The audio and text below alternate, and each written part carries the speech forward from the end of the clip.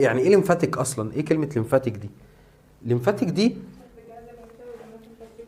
بالظبط، الجهاز الليمفاوي ده هو جهاز مسؤول عن المناعه، هو اصلا جهاز ربنا خلقه سوري في اللفظ عامل زي المجاري.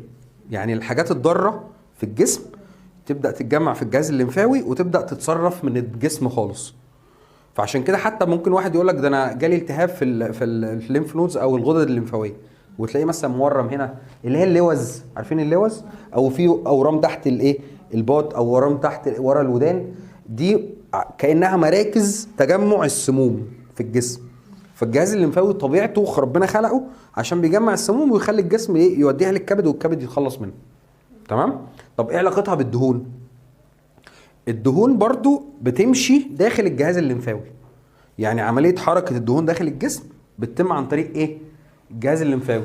فبالتالي لو انا عندي الدهون هنا مشيت ووصلت لتحت الجلد وبدات تترسب وعملت البظ ده وعملت السلوليت، ممكن ابدا اعمل لها مساج كده فاضغط بشكل عكسي فتبدا تتصرف فين؟ في الجهاز الليمفاوي، فترجع للشكل الطبيعي بتاعها تاني. تمام كده؟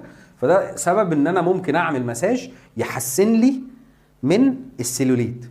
تمام؟ وبيجيب نتائج لطيفه جدا.